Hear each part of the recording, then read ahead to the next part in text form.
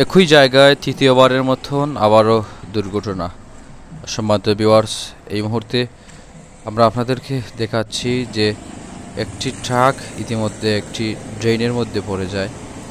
আমরা বর্তমানে অবস্থান করছি মৌলভীবাজার সদরের কাজির বাজার,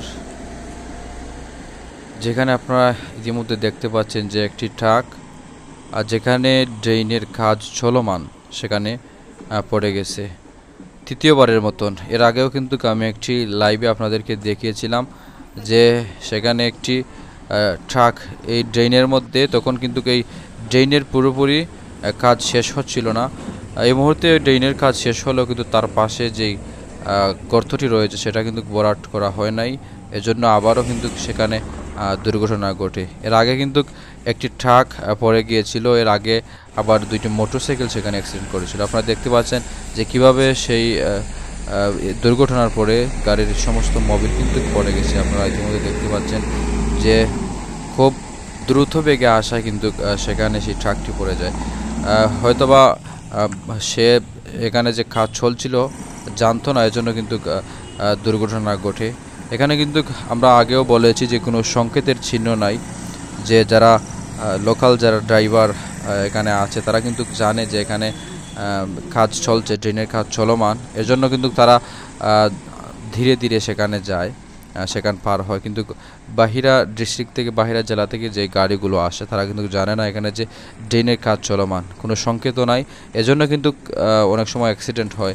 এখানে কিন্তু কোনো কাপড় বা এখানে কোনো কিছু দিয়ে রাখা হয় নাই যে যারা দেখে বুঝবে যে এখানে কোনো কাজ চলছে। তবে এটা কর্তৃপক্ষের করা অবশ্য উচিত, যে যেহেতু দূর দূরান্ত থেকে যে গাড়িগুলো আসবে তারা কিন্তু জানে না যে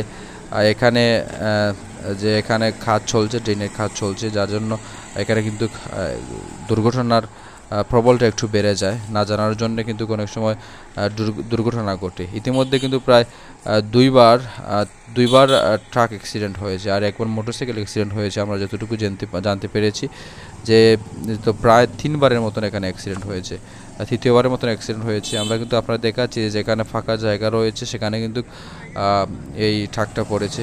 দেখেন যে মোবিল, ট্রাকের যত মোবিল ছিল সব মোবিলগুলো কিন্তু ইতিমধ্যে পড়ে গেছে। এর জন্য কিন্তু আশপাশে যে গাড়িগুলো আসা যাওয়া অনেক কষ্টকর হয়ে যাচ্ছে আর কি। যেভাবে এই গাড়িটা এখানে রয়ে গেছে এখন পর্যন্ত, আপনারা ইতিমধ্যে দেখতে পাচ্ছেন যে আমরা দেখানোর চেষ্টা করছি যে চারিদিক দিয়ে কীভাবে শেরপুর টু মৌলভীবাজার রুটের কাজির বাজারে সেই জায়গায় একটু সতর্কের সহিত ড্রাইভ করবেন যাতে কোনো দুর্ঘটনা না ঘটে।